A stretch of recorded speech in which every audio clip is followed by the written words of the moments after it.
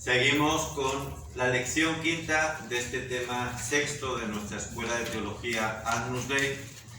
Recordemos que estamos dentro de la teodicea, que es uno de los elementos fundamentales de la metafísica. Hemos visto las pruebas metafísicas de la existencia de Dios, tanto la prueba a priori de San Anselmo de Canterbury, que es el argumento ontológico, como también las pruebas metafísicas a posteriori de Santo Tomás de Aquino, conocidas como las 5 vías para demostrar metafísicamente, racionalmente, la existencia de Dios.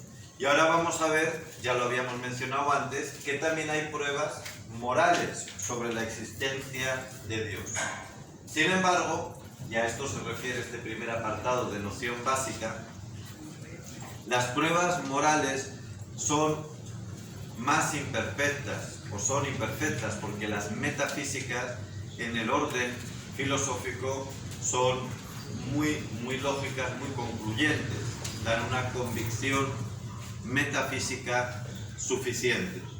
Sin embargo, las pruebas morales, como les digo, pues son imperfectas si lo vemos desde esta perspectiva metafísica, porque a lo máximo que llegan es a demostrar que la existencia de Dios es probable o lo más probable. Por cierto, antes de continuar con estas pruebas morales, quisiera aclararles también que las pruebas metafísicas sobre la existencia de Dios, pruebas a posteriori, no solamente las utilizamos los cristianos, digamos los que seguimos la corriente tomista, y el propio Vaticano I también dice que son muy importantes, son necesarias, sino que hay importantes filósofos, incluso quizás uno de los más conocidos fue el caso de Freud,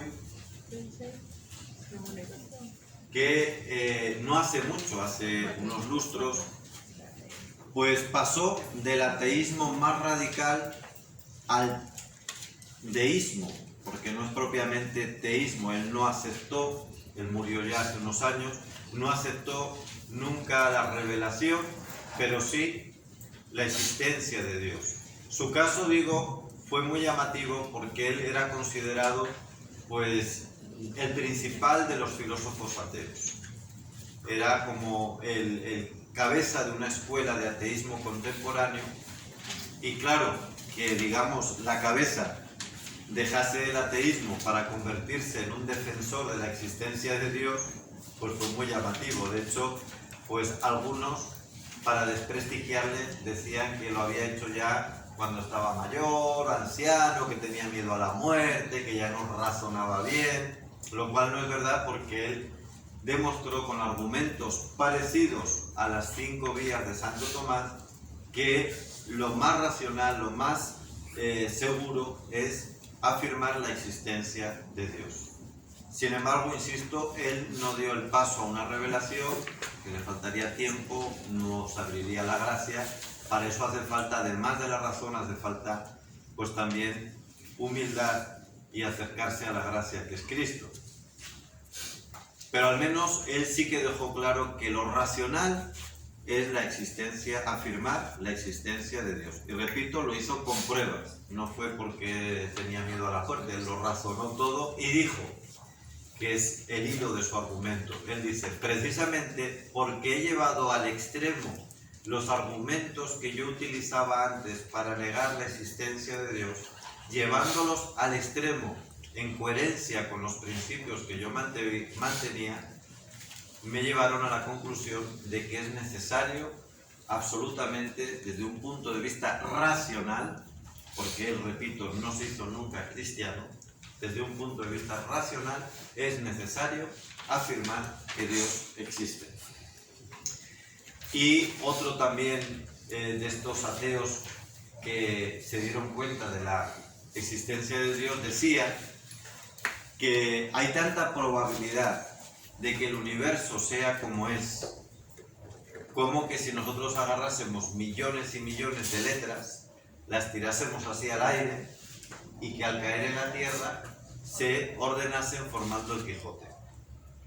el texto del Quijote. Hay tanta probabilidad en esto como en lo otro, como que en el universo se ha constituido así por pura casualidad. Es decir, ninguna. Bueno, esto porque se me había olvidado decírselo y me parece importante para que entendamos que estamos en clase de metafísica y que por lo tanto no estamos utilizando todavía argumentos estrictamente religiosos o de revelación. Que cualquier persona, aunque no participe de la revelación cristiana, puede llegar a las mismas conclusiones a las que hemos llegado nosotros hasta ahora, usando su razón.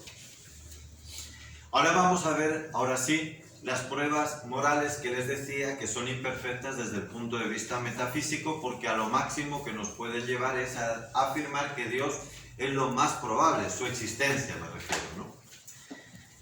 Y el punto de partida y el medio de este tipo de pruebas es la conciencia de cada cual, es decir, tienes que hacer, reclamar o partir de tu experiencia interna, no como las otras que partían de la existencia de los hechos y a partir de ellos, con un argumento metafísico, llegaban a conclusiones evidentes. En estas tienes que partir de tu propia experiencia, de la conciencia que tengas de la realidad. Por eso se llaman morales. La palabra moral viene de mos, moris, que significa costumbre. Y para que lo entendamos un poco mejor, fíjense que puede haber tres tipos de necesidad. Me refiero a la hora de crear una convicción, pues depende si los hechos tienen, o lo que analizamos, tiene una necesidad metafísica, física o moral, te va a dar también una convicción, una seguridad metafísica, que es la más fuerte, física, que es la experimental, pero siempre se puede mejorar y superar dependiendo cómo sea el experimento o la prueba que has aplicado, y moral, que es un tipo de certeza fuerte, pero también comparado con la metafísica mucho más endeble. La metafísica es la que dice pues que hay el contrario de algo que es seguro metafísicamente es imposible, absolutamente imposible. La física es cuando has demostrado algo, su contrario es físicamente, naturalmente, no es posible, lo contrario de eso que has demostrado. Y la moral, la certeza moral, es la que dice que eso es lo más probable y que por lo tanto lo contrario es inhabitual o no probable, pero no demuestra en absoluto que sea imposible. Muy bien. Por eso es que no tienen el mismo valor que las anteriores. Nosotros aquí hemos elegido pues 6 tipos de pruebas morales. La primera sería la de las verdades eternas, que dice, bueno, antes de empezar con ellas, miren, las pruebas metafísicas hoy día son muy cuestionadas porque hoy día lo que se cuestiona es la metafísica. Hay toda una corriente que ya lleva tiempo, principalmente pues desde Descartes, con toda la modernidad, y luego con Kant, todo el idealismo, de desprestigio de la metafísica, porque no se cree que podamos llegar a esos principios racionales, firmes y seguros. No se cree que podamos tener acceso al conocimiento del ser, entre otras cosas, porque dicen que todo está tan condicionado por el propio sujeto, que es el sujeto el que inventa, entiéndame, la realidad, y que tal realidad no existe fuera de nosotros. Claro, con ese torpedo en la línea de flotación es imposible aceptar cualquier razonamiento metafísico, tampoco las 5 vías, pero nada que tenga que ver con la metafísica. Esto hay que tenerlo en cuenta. Pero el error está en la manera que concibe la filosofía, el idealismo y todas estas corrientes subjetivistas, de lo cual hablamos ya en la primera lección. Pero también todas estas pruebas morales también están cuestionadas. Estas con más razón, porque ya he dicho que dan mucha menos seguridad, pero están todas cuestionadas. todo lo que voy a decir. Por ejemplo, la primera, sobre las verdades eternas. Dice, parte de que hay verdades que son permanentes, es decir, eternas. Claro, los críticos dirán, ¿y cuáles son esas? Porque hoy la mayor parte de los pensadores dicen que no hay ninguna verdad eterna ni permanente, sino que todo puede cambiar. Pero bueno, los que la sostienen dicen que si hay verdades eternas, ellos afirman que sí, nosotros también, por supuesto. ¿En qué se va a basar esta eternidad? Pues se basa en que hay un legislador, un ser que es inmutable. Otra es el deseo, la conciencia de la ley natural, que sigue la misma lógica. También dice que hay un orden moral que no es inventado y que es obligado seguir, lo cual hoy es una afirmación que casi nadie, excepto por los creyentes católicos, algunos, los que intentamos, mejor dicho, ser fieles a la tradición, sí que mantenemos, pero el resto de las corrientes filosóficas e incluso religiosas ya no aceptan que hay un orden moral permanente. Si lo hubiese, de hecho lo hay, y sabemos que lo hay, pues ¿quién es el que sostiene ese orden moral permanente? El eterno legislador. En tercer lugar sería el deseo natural que hay en todos de felicidad. Pero aquí vienen también los contrarios que dicen, bueno, es que lo que tú llamas felicidad para mí no es tal. Tú buscas la felicidad en cosas muy, en la gratuidad, en el amor, en la entrega, y para mí la felicidad pues es un buen sábado, disfrutando, con cerveza, con placer. Para mí llamo felicidad a eso. Entonces, ahí también lo cuestionan. Pero los que sabemos que sí que eso es un deseo natural, pues sabemos que si lo anhelamos es porque realmente no puede ser en vano, sino porque existe realmente la plenitud de la felicidad. La cuarta, y lo vamos a dejar aquí, esta lección para continuar luego, que por cierto es la preferida de Kant, de este filósofo Immanuel Kant, que aportó cosas muy buenas, pero en esencia su filosofía ha sido un desastre para la humanidad.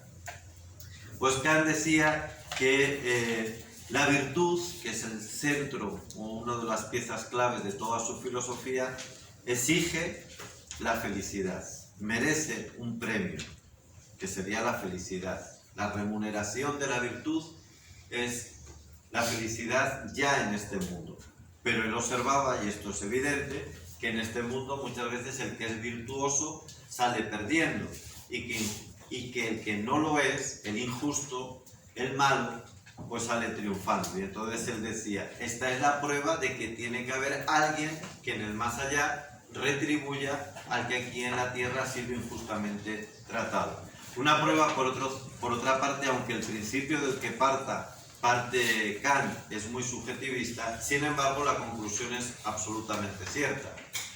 Una prueba evidente de la existencia de Dios, del más allá, del cielo y del infierno, es la necesidad de que todas las obras que aquí realizamos, en especial la repercusión que tienen los más pobres, tenga su retribución positiva o su castigo en el más allá. Porque el violar la justicia no puede quedar eternamente sin castigar. La violación de la justicia tiene que ser restituida. Si no, no habría justicia. Esta es la definición de justicia. Si no es restituida, no existe. Por eso tiene que haber necesariamente un más allá donde los justos sean premiados y los injustos tengan que reparar.